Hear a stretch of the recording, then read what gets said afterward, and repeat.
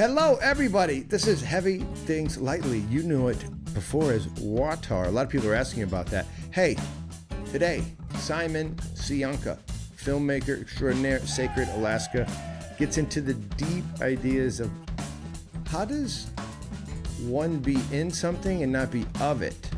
He makes a film about Alaska and talks about how these indigenous cultures sort of knew themselves as already toward orthodoxy or in it on so many ways, and their adoption of it was very natural. How does that work? Who's in, who's out? It reminds me of our film, Christianities. This is a film, well, Scooter Downey's directing it. Certain Holy Wisdom Films with Father Peter Heers and his crew are producing it, and I'm in it. Go check it out, by the way. There's links. You should give some money to it because we're raising money, just like Simon talks about. He did the same thing for this wonderful film. Today on Heavy Things Lightly, Simon Scionka, director of Sacred, Alaska. Can't wait to see you guys back in town. Greg Gilbertson, bring it in with your music, please. Welcome. How are you? And could you pronounce your last name so I don't screw it up? Oh, sure. It's Scionka. Scionka, yeah. Scionka, Simon Scionka. Guys, this is Simon, and I think for the people who are circulating on our pod, who are friends of our podcast, they will know about your film, Sacred, Alaska. But today we're going to do some conversations about that, I think, Simon. But I also want to get into the philosophy and the theology of what is a Christian? Because up there in Alaska, you can feel it.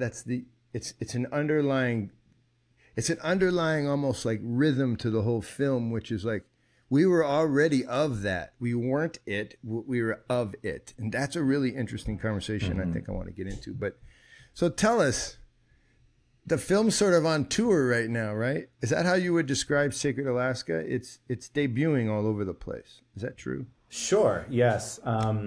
Yeah. I mean, honestly, I wish I was doing better at strategy with that. You know, where it was a bit more maybe kind of organized. But what we've done is just very much a kind of small grassroots effort to make a film, and then, you know, there's one thing to get a film done, which is its whole process. And then there's getting the film out to the world, which thankfully with, you know, kind of new technologies and, you know, communication and the internet, on some levels that's easier to do when you don't have a big studio backing you.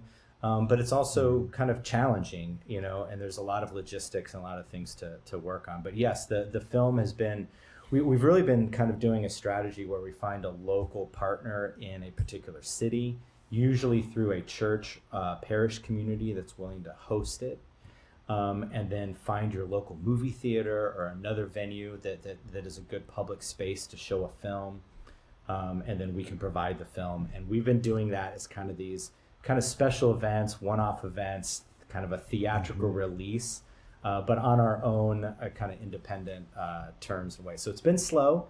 I appreciate everyone, for those of you maybe watching and listening in right now who want to see the film and it hasn't come to your area, you know, thank you for your patience. We are working on, by the end of the year, having it available online for purchase, stream, DVD, etc. So there's a lot of groundwork that needs to happen for that to be finalized, but we are working on that. You got an invite from a parish up in Port Townsend, and a buddy of mine, Will Dickey. Maximus is his baptized name. Yeah, that guy is the best, and so I just want to shout out. I'll double that shout out. Yeah, that was great. That was one of our first ones. It was one of the early ones too, where I was invited to come out and be a part of it. And yeah, that was a great screening, and had a great time. I heard such good things with him and his family. So, why'd you want to make this film? Yeah, there's a few reasons. I mean, one, being an Orthodox Christian, and then also a convert to Orthodoxy from kind of evangelicalism. I grew up in the evangelical church. I became Orthodox about 20 years ago. my priest, Father Anthony Carbo, who just recently passed, memory eternal, Father Anthony. He baptized me. You know, I came into the church in Colorado Springs, Colorado, and when I was still a catechumen 20 years ago, he actually took me on a trip with a few other folks from our parish to go up to Spruce Island, and we did some repair work on the chapel up there, re-siding it, re-roofing it. We worked with the monks who were living on Spruce Island, and you know, having grown up in evangelical, I just had never been around a lot of this stuff. You know, the lives of saints, being able to go venerate the relics of a saint, the burial spot of a saint. You crawl into the church, and you know, you can, you know, do prayers under there and venerate this little grave site where Saint Herman was buried. And working with monks, you know, these, you know, bearded men who are just living out in the remote island all by themselves. And we just lived a life of prayer with them for a week, you know, where we what did we do? We got up in the morning, we prayed, we worked, we prayed, we went to bed, we did it again. And it was a pretty incredible experience for me. It really sealed the deal, you know, on my kind of journey into Orthodoxy. I see. And so that was just an early thing, you know, just a connection point for me that, you know, I mean, at the time, you know, I was starting my career out in filmmaking, but I didn't necessarily go, oh, I want to make a film about this. But, you know, fast forward then to, you know, the year, when was it, 2020, where we ended up starting and going out to make this film. Good year. Yeah. It was That's crazy. COVID year. It was right during the pandemic. Yeah. Well, and that was part of it, right? So, okay, so as a filmmaker, I've been doing client work for my whole life. And it's great. I love it. I've been a part of a lot of meaningful projects, been able to travel the world, you know, film some really interesting projects, meaningful projects, heartfelt, and grateful for the work. But, you know, as a filmmaker, you know, there's always that artistic side. Oh, you kind of want to do your own thing, or you have some of your own ideas and you want to do something. But it often comes down to time and money. You know, busy on other projects and don't really have budget sitting around to just go make a film. And so Silas Carbo, my co-filmmaker on Sacred Alaska, and he had been working with me on a number of projects. So we're in this studio. I've got a small little studio around the corner from my house, and we were sitting around during COVID year with not a whole lot to do. So all of a sudden we had time, and we still didn't have money, but we figured, well, we were talking about, well, what would we do? You know, we're both, you know, being Orthodox Christians, we'd love to make an Orthodox film. And immediately we were just like, oh, Alaska. I mean, Alaska is such a fascinating place, number one. Silas had spent time up there. So Silas is the son of Father Anthony Carbo. And so he had spent time up there with his dad as well on different trips. Silas had also, you know, done some commercial fishing up there. So, you know, he'd been out in some pretty crazy spots in Alaska doing that, working one summer. And so we thought, you know, we love the lives of the saints. You know, we know, I mean, it's a big part of our history here in North America, right? It's one of the arguably the earliest entry point to the North American lands of Orthodox Christianity.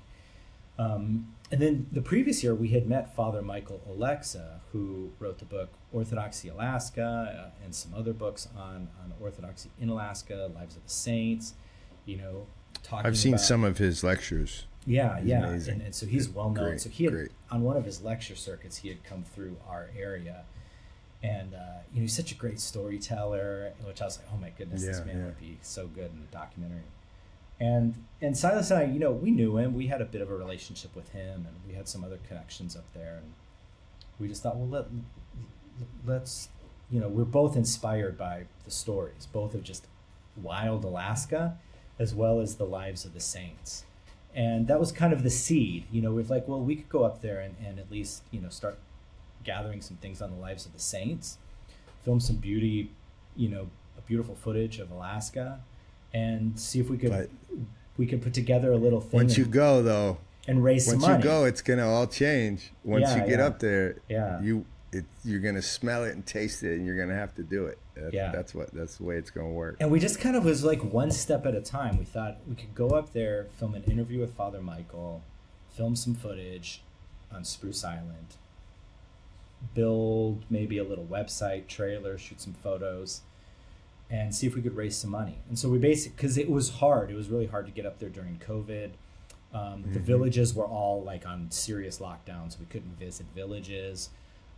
You know, we kind of snuck into a few places, not villages, you know, not snuck in a bad way, but, you know, we did what we could, you know, we asked people. I went to East Africa. It was snuck in. I know what you mean. Right. Sure. Exactly. You know, we asked people, open doors, we walked through them. It was great, you know, and so we got to visit some things, and very respectfully, but, you know, we were also like, if we can get in, we will, and we did. And Father Michael was gracious, had us over to his house, and we got to go to Spruce Island. So it worked out. And so then we spent that next year raising money, and thankfully, thanks be to God, you know, had never done that before independently. You know, we raised a good chunk, and then we were able to go back up. Things kind of opened back up in 21, and then we were able to go visit villages, and we spent about a month doing our principal photography shoot, capturing our main interviews and main stories. And you know, that was your second time up shooting. Did you end up using a lot of your first stuff? Your first trip? Did you use a lot of that what you shot then? Oh, okay. Yeah, we certainly did. Yeah, a lot of that was still very valuable. In the film, there's 2 interviews with Father Michael Alexis. So one was from the first trip and one from a second. And then also a lot of the Spruce Island footage, that first trip, made the cut for sure. We had a really great experience on the island, captured some beautiful drone footage. Can you tell as an artist when what you're capturing is rich? In other words, like if you take 10 shoots, can you kind of rate before you even look at it what was rich and what wasn't, or what will likely be used and what won't? I'm interested in that. Certainly. That's a good question. Interesting question. I would say yes. I would say it's twofold answer. I mean, one is yes, for sure. I mean, sometimes you just know, like, that was a beautiful day. We captured some amazing images, like things went really well, and you just walk away with a confidence that it's like, wow, that was great. And there's definitely some things there that are going to make the film. And so sometimes we're very much wowed in the moment by the place that we're in, the conversation we just had, the connection with a person we may have had, and as well as just the beauty of the space. Other times, we're not sure, you know, and it's like, boy, that was rough and challenging and difficult and not sure. And then we'll come back and sometimes be surprised at a gold nugget that maybe we find in something that was from a rough day or a challenging interview or a difficult encounter or whatever it might be. And then is it as you make it, are the images that surprise you probably also change the arc of the story, right? Like the story's in place. Yeah. But it's this symbiotic relationship, right? Well, I can tell you're very interested in process, so I'll tell you. I am. I think the process tells you about the essence. Like they're connected. Like the essence of filmmaking is in the process somehow. So yeah. And I would say, I don't know. I mean, there's a lot of different ways to make films, and there's a lot of different ways to make documentaries, particularly. And part of it for me, it's maybe just, you know, part of it's my own gut reaction to things, as well as a bit of maybe just the way I kind of grew up and was trained from some of my mentors, you know, guys who mentored me, whom I'm very grateful for. But it's very much a discovery process. And so what I said, and to me, there's a lot of writing, quote unquote, like writing that happens in the edit for me. And so part of how I go about it in the documentary process is we have topics that we're interested in. We have ideas we want to go after. Some sense of direction and arc, but we're also very much interested and excited to learn and to explore and to maybe discover things that we didn't know existed. So like I said, when we first set out, we knew we wanted to cover the lives of some of the saints of Alaska. We knew we didn't have time to do justice to all of them. so we were going to just pick a few. We knew we wanted to talk about Matushka Olga. You know, there's this talk of her potentially being canonized at the time. And we knew, and so that was kind of a bit of an arc, like, well, there's these saints from the past, and then there's a more recent one, and she's kind of this legacy of Orthodoxy in Alaska. So that was kind of our loose trajectory, and the film still does some of that, for sure. But then, you know, Father Michael particularly pointed us in a certain direction where a lot of our discoveries happened that was really quite beautiful and profound, that ended up making the film. And that was when he encouraged us to go spend time kind of deep in Alaska by going along the Kuskokwim River, going to Kwethluk and Napaskiak, you know, these Yupik villages that most people have never heard of. Are those the shots with the dogs? The dogs were in Napaskiak. Mm-hmm. That was frozen along the Kuskokwim River. It was amazing. That was an amazing experience. But we got to really spend time like in the village with people in the Yupik culture, Yupik life, and it was an incredible experience, and we learned so many things there, and that's what about the second kind of later third of the film is mostly spent just learning a bit about Yupik culture today, how they live their lives as both traditionally Yupik and then also traditionally Orthodox, the kind of the blending of those things and the match of those things very much. And it's just a beautiful way. Can I take that apart for a second? Yeah, I'm sure there's a lot to explore there for sure. So yeah. Could we I just returned from Mozambique 3 weeks ago now. South Africa.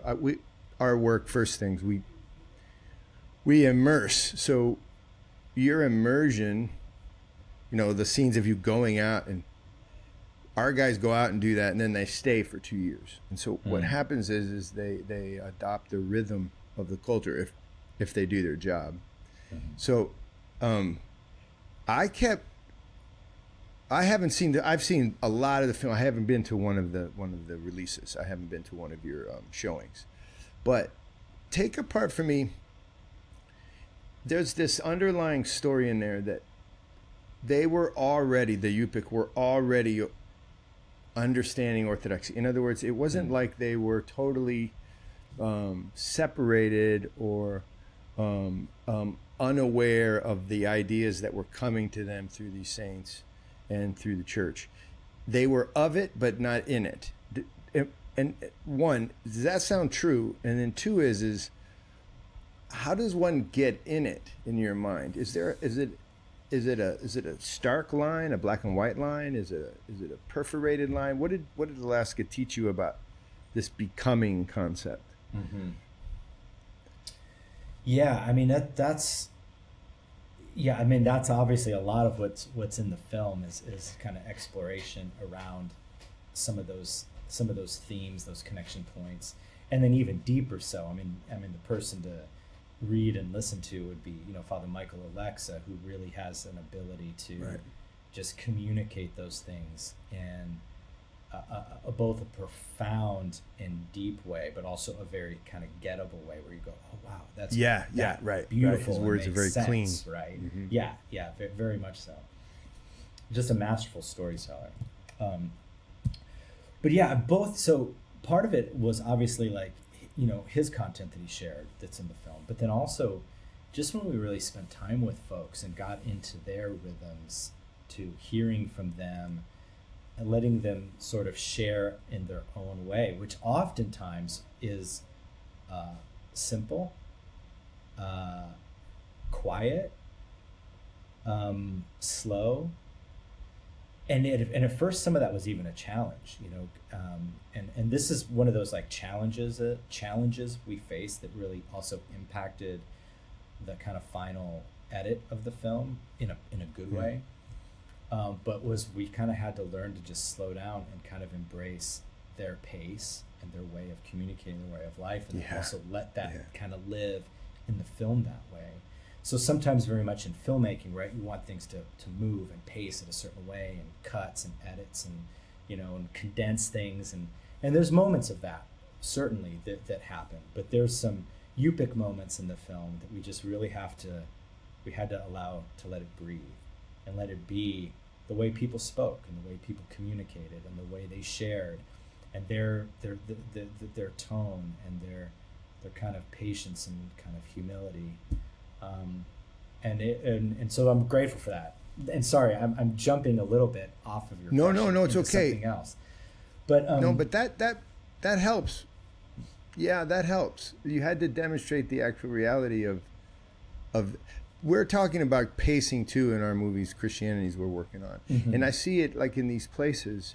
There's a pace of the Makua in Mozambique that is not the pace of the Portuguese, and you can feel that colonialism did. I'm wearing a hat, by the way, that was given to me there. Well, it's a gift that I took home. 1975 is their year of independence from the Portuguese, and the reason I bring that up.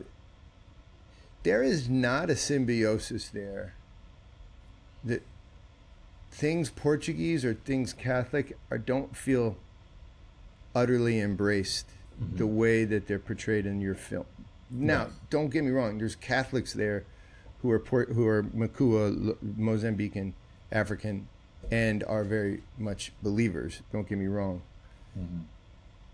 But there is a question about like how that reception takes place in colonialism. In other words, the Orthodox weren't, it doesn't feel from your film that they were colonialists in the truest sense of command and control. Does that feel true to you? Yes, perhaps. I mean, definitely in the Orthodox context, I would say yes. Now, were there other things going on with the like Russian American company and some of the that's true. The work and the trade and the other things that were happening, there was definitely conflict, and so the sort of relationship with the Russian Empire, it was mixed in that sense. Yeah. What was interesting though is what happened with the transmission of Orthodox Christianity and to the natives, where, I mean, just to snapshot a few things that were like we highlight in the film. One was that when the missionaries arrived, they saw the mistreatment of, it wasn't by everybody, but they saw some of the mistreatment that was happening by the Russian American company officials, particularly forcing people to work at gunpoint, and just mistreating and abusing the natives, right? Kind of sometimes that classic colonial that's stuff. right. And the monks said, no, like these are human beings created in the image of God, like we don't treat them that way, and they defended the natives. And then they really worked to build relationships with the natives, and so through that sorry, my wife needed something. No, it's kind of cool actually. I like it. By the way, you're in Russia, right? That's right. Yeah. Can you say that? We debated whether we were going to say that. Well, we did. We just you're married to a Russian. Right. Yeah, my wife's from Kosovo, we can cut Russia. it. You let I don't me know mind. if It's you up want to you. cut No, it. I don't mind. Yeah, I don't mind. I mean, I'm very transparent about that. It's Russia's my second home. I've been coming here off and on for 25 years. My wife and I have been married for 21 this September. It's my second home, so we bring the children to have time with their grandparents. So. No, it's beautiful. It's such an odd thing that we would even have to discuss it, but I discuss it as a way to protect you. I'm not afraid of people being in Russia. Like, no, I understand that, and I'm not worried about mentioning it. So. Awesome, but go back. So I interrupted you. Forgive me. No, let me back. So they defended them against cruelties, and they also they built relationships with them, and they listened and they heard their stories. That's one of the key things that Father Michael Alexa would talk about. They really listened and heard their stories, and then found this sort of commonality, and like the way that they spiritually saw creation and the world, and how they viewed each other, how they viewed themselves in relationship with the animals. All of it Yeah. is deeply rooted in just truth. And so, it's that idea that, well, we believe and understand and communicate that that's true because of Christ. Well, they had tapped into all that truth, but they didn't necessarily know the story of Christ. And so then as then the story of Christ was presented to them that way. One of the beautiful parts that Father Michael talks about that I love is he said, okay, so in the Yupik tradition, for example, they and in native traditions in other places as well, they have these kinds of concepts, that a hunter who's hunting an animal for, food or clothing, to essentially keep him alive, right? That the human being, would not survive without the animal, and that the animal, in a certain sense, sacrifices himself to the otherwise kind of pitiful human being who couldn't survive without the animal, right? We couldn't survive without the animal, without his fur, without the food. The human would not survive. And so there's this sense that in this sort of symbiotic kind of relationship that we couldn't survive without the animal sacrificing himself. Wow. So when the story of Christ is told to them, Father Michael says, it was obvious, I think, most likely that they could see that Christ himself comes to sacrifice himself for us, even as food in the Eucharist, that Christ comes. And so they could see these parallels so they're like, oh, I get that. We get that. And so Christianity was really sort of presented in a way as a fulfillment of ideas that they already had in their thought. Now, were there things that they maybe had to get rid of? Well, sure. But it's not this sort of combination in an animistic, kind of sense, or where there's just a lot of what's it called? Not magic tricks. I'm thinking of what are the superstition, you know what I mean? It's not a bunch of kind of superstitious stuff. It was more just building these bridges of things they have a ceremony where they put the parts of animals that they had harvested that they couldn't use, that they didn't use, that they would symbolically put them back in the water, as this gesture of gratitude and respect for just life. And so when we go to the blessing of the water, we put the cross in the water to bless the water. It was these overlaps, these sort of symbolic things that you could just see these connection points and overlap. And that arguably the missionaries were able to use those things to present Christianity in a way that wasn't everything you're doing is wrong and you have to do all these other things to be right and the truth. No, all these things you're doing are true and beautiful and good. Now here's more of the story. Here's a deeper part of it. Here's the connection to Christ, the eternal Logos who created the world, who fits in to your story, and so they were able to kind of, just do that. And could you feel it in the parishes, in the local churches? Could you feel that natural symbiosis? Was it beautiful at the liturgies in Alaska? Certainly, yeah, certainly, and particularly, around the feast, days. We went up for the Feast of Theophany, for the Great Blessing of the Waters, and partly because that was a theme that was kind of emerging in some of the interviews we had filmed, and so we thought, oh well, let's go back for some a winter shoot now. So that was our shoot number 3. Was we went in the winter. We went for that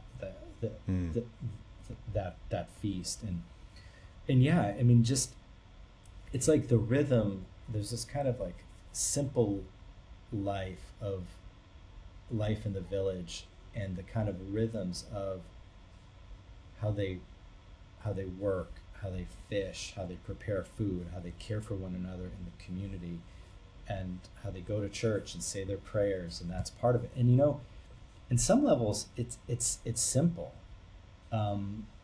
Did like the beauty of it blow me away, like going to, the great monasteries on Mount Athos or something? Right. No, it's like, it's very different. It's very humble. It's simple. A lot of the places are kind of like rugged, beat down, doors falling off sometimes, the front door of the church or whatever it might be. And it's not because they don't care for things there. I mean, they deeply do. But I mean, life up there is hard and it's rugged. They don't have a lot of money. Expectations are different. Yeah, and so it's a very different experience in that sense. But the kind of the life of the community up there, and the way that they truly live in their subsistence way. Often we see subsistence used as a negative, right? Like, oh, subsistence living. It's like, oh, they're just poor and they're subsistence living. Well, very much a part of the subsistence living for them is a beautiful way of life that they want to continue. They don't want to go away.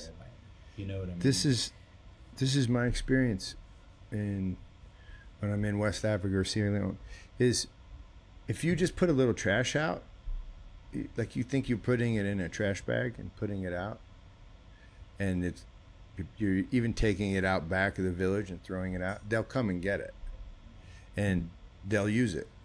And it's alarming at times. And then you start to realize they're living subsistence. And then that's exactly the thought I have, the one you just shared, which is, it seems kind of proper. There's nobody there who is adding to their bank account in a way where they're sitting on top of a large amount of excess. See, if you think about it like that, the savings account is excess. And excess is okay, or it kills you. And I know what you mean about the simplicity of subsistence. It's scary because when life turns you upside down, then bad things can happen, but bad things happen in the other way too. Like a 3-car garage can actually kill you. Like, I'm not kidding about that. Like, no, I see absolutely. people who live with, it's a retired couple, 3-car garage, 3 cars, because they have 2 kids that are at college, and something's not right. Something's not right. You know what I mean? And there's lots of ways to die. There's lots of ways to have problems. So I really, that resonates with me, Simon. Yeah. It's interesting. Yeah, it's a bit of a rabbit trail of what we're talking about, but there's a title of a chapter of a book. I'm trying to remember which one. But the title was "The Rich Are Not Okay." And is that the title of the book? No, the title of a chapter. Yeah, the title of a chapter. I have to remember which book that was in. I'm working on a project right now on poverty in the United States, and one of the things though that we're looking at too is like so many of these issues. It's like it really affects us all, and we're not, we're talking about like not just material poverty, but social poverty, spiritual poverty. That's right. And so many of these things can affect us on so many levels. And I think going back to Alaska on that, one of my hopes with the film, and partly it's because of also how it really truly affected me, is that like we live in a different context, different cultural context, and whether we live in Atlanta, Georgia, or Colorado Springs, where I'm at, or a big city, but like there's an attentiveness to things that I experienced being in Alaska. Partly you have to be attentive because like nature will kill you if you're not, right? I mean, it will, whether it's frozen or you're out on the ocean and the waves. I mean, it's like you're in God's hands. There's a little section about that in the film. Like you're truly in God's hands in Alaska. But there's also just this attentiveness to just the presence of God in all things, in the people that you're sitting across the table from. In the mountain, in the river, in the sunrise, in the fish that you eat, and to just have that attentiveness and to cultivate gratitude, and that's something that it's like it almost comes a little bit more natural for them in that life, in this subsistence life, in the small life of living in the village. But it's something that we can do. It's something that we can do living in the big city. It's something that we can do even in the midst of our busy lives and for sure the lower 48. It's like, how can we be attentive? And so that's where I hope that some of the sort of practical takeaway in the film that I hope resonates with folks is like,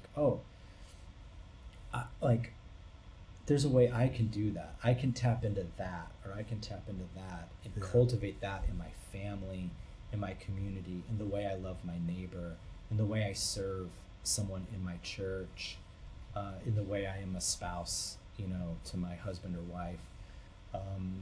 And that's where, I had a lot of experiences up there that impacted me in that way. And there's some moments in the film where that comes across that, I hope resonates with others. Do you ever wonder, so you're a filmmaker who's been lots of places. I know you travel a lot. You're from a international family.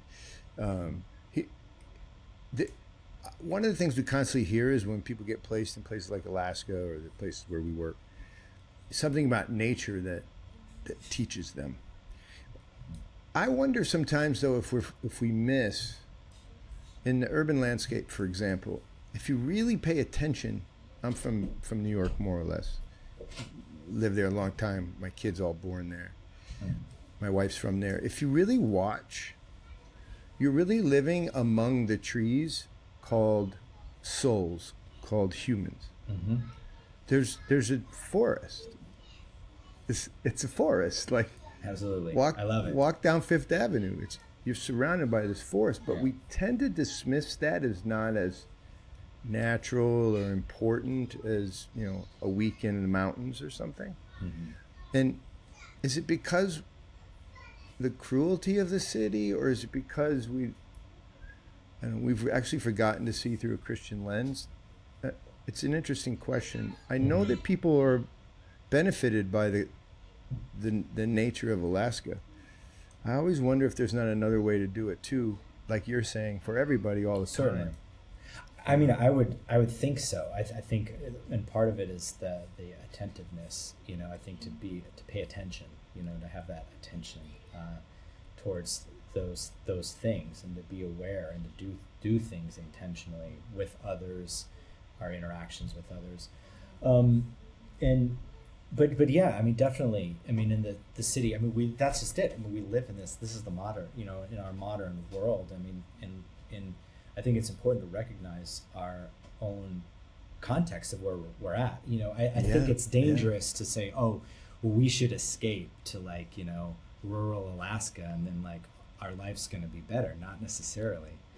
And and so that's helpful. That's helpful from a person who has gotten to know such a place. On the other hand, there's benefits. It's probably quiet, right? There's a solitude. Yeah, I mean, there's definitely, it's important. I mean, nature's important, right? And I mean, I do tend to feel like sometimes we are very too inundated with our screens and technology, and we definitely need some fresh air. We need breaks. We need to get away. But I also don't think that the cities are evil per se. You know what I mean? And I can't go there. I'd fight with people on that, and within our own tradition. Not fight. I don't want people to get nervous, like throwing punches about it. But no, I know what you mean. There's a tension there where I think it's false. I think what's Rod false? Dreher and the Benedict option. I really like a lot of what he says. Mm-hmm. I don't know that it solves anything. The kind of more like we got to remove ourselves. Yeah, to move away. Take all the orthodox-minded people and let's offer, real deep, economically sound ways to live together far away where we don't have to attend to the silly stuff. Sure. Yeah, and I mean, okay, it's tricky. I mean, because sometimes there are things to avoid. You know what I mean? And sometimes it can be good. But I mean, so I get the tension around that. But I guess, simply put, it's like what I worry about too is we have the kind of, I think inherently, the grass is always greener somewhere else mentality, right? Mm-hmm. You know, it's like, where's God placed you? What community are you in? And then what can you do to just love people around there? And so one of my encounters up in Alaska really, well, I've felt this with a number of folks, but one was, Father David Askok, who's this elderly priest who has lived in New Halen and served there for, I forget how many years, probably 40 years at least now. But he was kind of uprooted and planted there. He was not originally from there, you know. So even up there, you know, these things can happen, right? And so at first it was maybe a challenge. It was, we don't really talk about this in the film, but he had shared this, you know, that it was, you know, it was a challenge when he first came there because he was kind of an outsider, you know, but he just has embraced that kind of long road of like, well, the bishop sent him there. God sent him there. And he was obedient to just serve and love in that community. Well, now, 40 years later, he's this respected archpriest, elder in the area, a beautiful, humble soul. He and his wife both. His wife is just amazing. And I mean, Silas and I both were just deeply moved by our experiences with them. But it also showed us, like, just do what God gave you to do in the place where God has placed you. You know what I mean? Yeah. And it's like, now, it doesn't mean that there aren't times where we're supposed to move. Like, we move sometimes. Like, that's okay. Like, that's normal. But, like, we need to have that mentality of, like, just where has God placed us and, like, serve there and in that context. And I think that was something, too, that was a big takeaway for me. And so that, if that's New York City in the midst of the craziness and the beauty that's happening there, like, that's awesome. You know, I think you have to do that there as well as do that in a rural community where you're more isolated. And if you get a chance to cultivate an Orthodox community, you know, in some small town area, great, like, go for it, do that. That's where you are. But I think it's wrong to sort of have that mentality of like, that's the only way to do it. Like, we have to sort of escape to something else. It's like, no, like, Colorado Springs needs Christ and needs Christ from the Orthodox way. And it's like, our community is vibrant and thriving. We're building another church right now, and expand kind of to multiply the community there. And it's difficult and challenging and beautiful, and it's where God's placed us, and we're trying to keep that going. You know what I mean? All right. Here's a left turn. Yeah. No, I love it. No, it's beautiful. Left turn, because I like to ask this sometimes of guests. So let's just be honest. You're a good filmmaker and a filmmaker who's managed to work but also produce his own stuff. What do you fear as a person who tries to make films? Or what do you fear as a human being walking around this earth? And then how do you quell that fear? I'm interested. Oh, man. I did not expect this question. Yeah, I know. It's good. My pseudo psychology question. Yeah. I got a lot of them. Cool. You can say not applicable if you want, but then I would trust you less. No, I'm happy to. I'm happy to attempt an answer at this. What I fear? I mean, gosh, it's like going to confession now. Well. No. I mean, no, this is good. Not applicable. No, I'm happy. I'm happy to. You know, I mean, honestly, it's maybe just more of a personal. You know, I really fear, you know, making mistakes and not, you know, being a good father to my children. Honestly, I mean, that's one of the things that when I make mistakes in that area, one of those things where it's like, okay, I just forgive me, and I ask my kids to forgive me, you know, and just want to be a good dad. Honestly, that's probably one of the things that weighs on me the most, you know, is to just be a good husband and a good father to my children. Gorgeous. Yes, this is the sins of the father. Yeah. That that scriptural reference. I was talking to my brother about this. And when we fall down, man, not just fathers, but mothers, but you know, talk about fathers, me and you. It echoes into eternity. Well, let's put it this way: it echoes into the fourth generation. He was giving me a math lesson. Like, I was talking about a problem that I had as I had a problem as a father, and I was like, how do we fix this? And he's like, I don't think you fix it. I think you got about 3 more generations to go. That's super depressing. Right. But it's interesting. I love your choice because we're going to make mistakes, and those mistakes will be born into the world of our kids. What a sad thing. However, it has to be that way, right? So on some level. Sort of. And I think how we respond to that, I mean, this does get even talked about in the film a little bit, you know, this idea of, you know, they were very careful about how they talk about their kind of issues in the community. Part of it, I think, is culturally. I mean, sometimes we're very comfortable just saying, you know, we'll talk about rape and abuse and we'll name things and kind of, we want to flesh it out, we want to work it out, we want to discuss it. Well, some cultures aren't that way, you know, and they're going to just be more quiet about how they discuss things. But, you know, they shared a little bit about, you know, alcoholism, abuse that happens, neglect of children, and other things that they struggle with in the community, you know. And part of the reason they feel it's so important to have the churches there is because we're all called to repentance, you know. And he says, one of the Yupa priests says, you know, you're always welcome in the church, no matter what you may have done, you know, and that there's always this sort of call back to God, to repentance. And I think that's what, you know, in the midst of, as fathers, we will make mistakes. We may harm our children, but then what can we do? Well, we can model at least a proper response to when those mistakes happen. Can we ask for forgiveness? Can we go to confession? Can we, you know, work those things out with one another, you know? What about this as help me with our film, Christianities, which is subtext is sort of what is a Christian, how does it work? I wonder, is a Christian one who confesses? Like, again, it doesn't have to be the only definition. I wonder if that's not a bad definition. One who confesses or repents, if you like that. Yeah, repents even.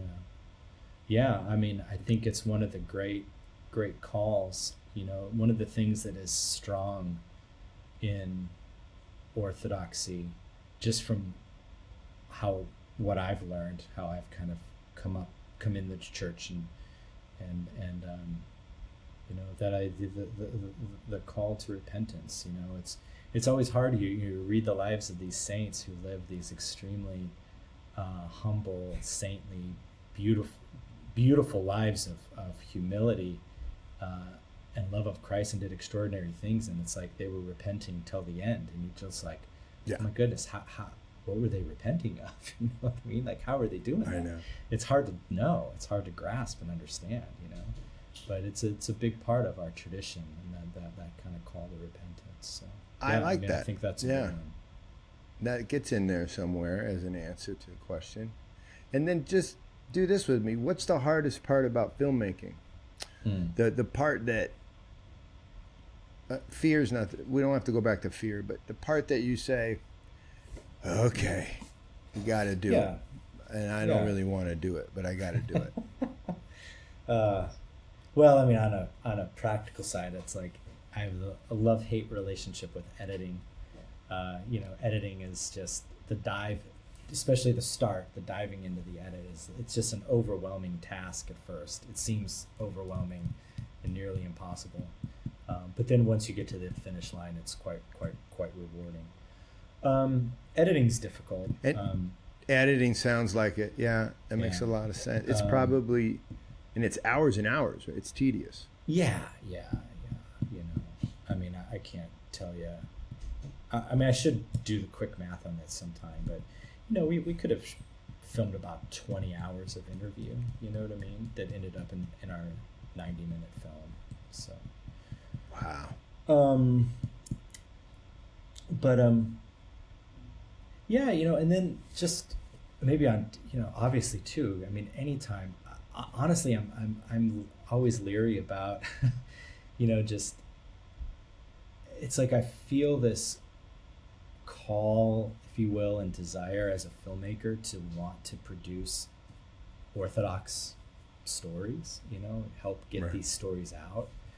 And a fear of sorts is to do them justice, you know, and to do well with Yeah. that, and to not, you know, speak in error, to not put myself up as like, oh, I'm some expert on something orthodox, you know what I mean? I think we have to be careful with that, you know, and I don't know. Yeah, it can just be a difficult thing to navigate, and it's like I want to. If I do that, I want to, you know, do that well, and how to do that well, how to have some checks and balances, or, you know, just I don't Right. know. I'm not. Right. I'm not. You know, I'm just learning. You know, and you know.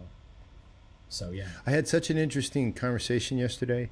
A really quite famous yoga master, an American convert to basically Vedic tradition, and never a Christian. But he was Jewish before. But he's just like a yoga master, and he started seeing our podcast because I interviewed Paul Kingsnorth, and he liked his writing. And then he reached out to me and said, would you please have a conversation with me on my podcast? He's a pretty famous yoga master. And I was like, sure. And then what happened is, speaking to what your comment is it was a very interesting conversation, and he was using me as like the explainer guy for Eastern Christianity or Orthodoxy. Mm-hmm. And I had a moment of angst, just like you were describing, which Yeah. is like, whoa, hold on. Because this is going to go to a lot of what you call New Age people. Right. And I caught myself in it. But then I had this thought. And I wonder what you think about this, and maybe we'll finish up. But if I was at a bar with him, or I don't know, if I was hanging out at a park or my house with him, I would try to answer his questions. Right. And I would try to do it humbly, and Mm-hmm. it'd be really weird if I went, I'm just not in a position to talk to that. But let's talk about the differences between, you know, I don't know, like delicious steak and bad steak. Why can't I talk about that? I'm not a steak expert. Like, you get what I'm saying? Like, what is that? Yeah. How does that work? Right. Well, and I think part of it is, I mean, I think that's a good check, you know, and then, but then yes, what situation are you put in? What opportunity is presented to you, and then you try to do it with humility, but then also, if given the chance, speak the truth, you know, share the truth from your context, from your experiences, you know. Yeah. So, and sometimes I think one of the things I do is I tend to sometimes, not to discredit what I'm going to say, but couch it in my experience, you know. This has been my experience, you know. My experience in the church has been X, Y, and Z, and that's what I've experienced in Orthodoxy, and that's what I feel like has brought life in my faith, or life in my family, and I can like share those things from you know, more This is great. of that experience, and that's kind of often where I like to kind of keep things, you know, as I talk about it more so, because, you know, I mean, even in Alaska, with the stuff in Alaska, you know, I more share out of my experiences up there. I don't know all the ins and outs, you know. I didn't write the books like Father Michael did, you know what I mean? Nor do I live there, you know. I had some. I got to really, get Father Michael on here. but I yeah, talk to well, Father Michael has passed. Yeah. Oh eternal. no. Yes. Yeah. It was unexpected. Yeah. Oh, forgive me. I didn't know that. In November. Yeah. He just died in November. So, Father Michael Alexis. Memory eternal. Memory eternal. He Well, yeah, we're grateful he got to see the film. Well, he saw our final cut like right before we started showing it, and really enjoyed it and appreciated it, which we're grateful for. He, you know what's amazing about him? I want to know. He died in the midst of just still out there doing it, just out in the village, working, teaching people, just with folks out in the village, people he loved, teaching about the faith, teaching about, you know, tradition, culture. You know, he was an educator. He loved people, and just was out there doing the work, you know, and it's like he basically was still out there in the mission field, you know, doing that when he suffered a stroke. Good way. He suffered a stroke, if I remember correctly. So, well, memory eternal, Father Michael, and I hope your film continues to be memorialized and remembered by us, because the parts that I've seen, and you're going to send me the whole thing, which I can't wait. I'll send it to you. Yeah. The pacing is beautiful in all of the trailers that I saw and all of the clips. Yeah, thank you. And I can't wait to take a full look at it. And I'm sorry we didn't do that before. On the other hand, you know, you did Poverty Inc., or at least had a large hand in Poverty Inc. as a film, and we use that at First Things. Like, it's on our shelf. Yeah. So when our guys train, well, we show them Poverty Inc. Yeah. And so wonderful. I love hearing that, and I love that the film is still out there doing its thing. You know, 10 years later, we released it 10 years ago. So I know. Yeah. But it has so many. It's also, by the way, as you know, because you made it and will participated in both. So my light's getting low here. It's of the same spirit. Yeah. It's like, could we listen to people first before we command and control? Like, there's actually answers within the community, and there's already actual ontology and being within the people that we're relating to. They already have existence. We don't have to breathe it into them, because we don't have that power, you know. And I notice around the world that state government, state actors, and really institutions and organizations, they imagine they're going to fill someone up with all the right answers. It's a very weird concept, but it happens a lot. So, what do you want to add? Where can we? You got a date where I'll link to all the release dates, because I saw that there's a lot more going on. For the next 6 So months. we keep an update going at sacredalaskafilm.com. Screenings, we have a particular thing, and so we have any public screening events that are happening get listed there. So if something's in your area, you know, if you want to host it in your area, you can reach out to me from the website via email, and we can try to set something up. It does take a little bit of work and a little bit of funding on the local side to pull that together, but it's very doable, and all of the costs can usually be easily recouped by charging a nominal ticket price. You know what I mean? So in the long run, it's not even really an expense. But in some parishes, has been happy to just, you know, make a little investment into renting a theater, because it's a great outreach opportunity, you know, for you to bring your friends, family, neighbors to the movie theater, hang out, to watch a Orthodox film. So it's been really great. Like the public events have really gone well. And then, you know, I don't have the official date of when it's going to be available online, but I am trying to line that up now. I've just been saying, you know, kind of later in the fall, we hope to have it online and available. Okay. So, yeah. We're thankful at First Things for your work, and also it's good to have beautiful things. You know, thank you, John.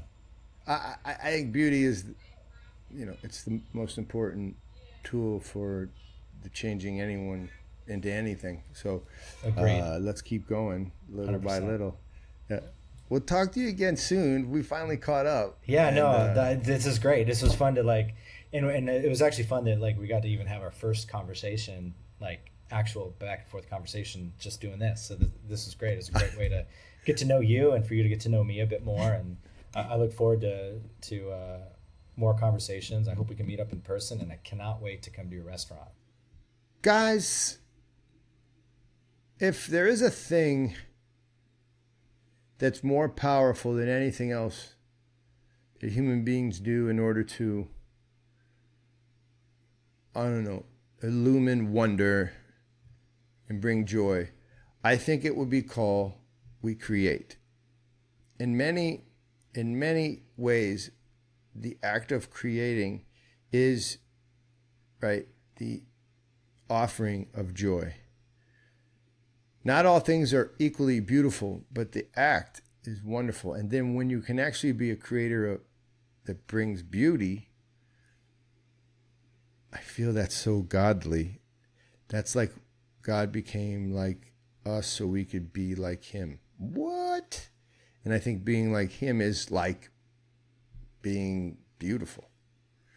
What's more powerful than that? Well, I think that's happening in this film. And you're like, you didn't even see it, dude.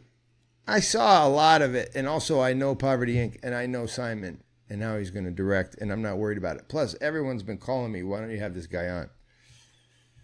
Plus, we kind of knew each other from way back. First Things is a very cool nonprofit that sends people around the world to do incredible, long, difficult immersion in tough places and then build wonderful projects with local people. Think Peace Corps with a heart.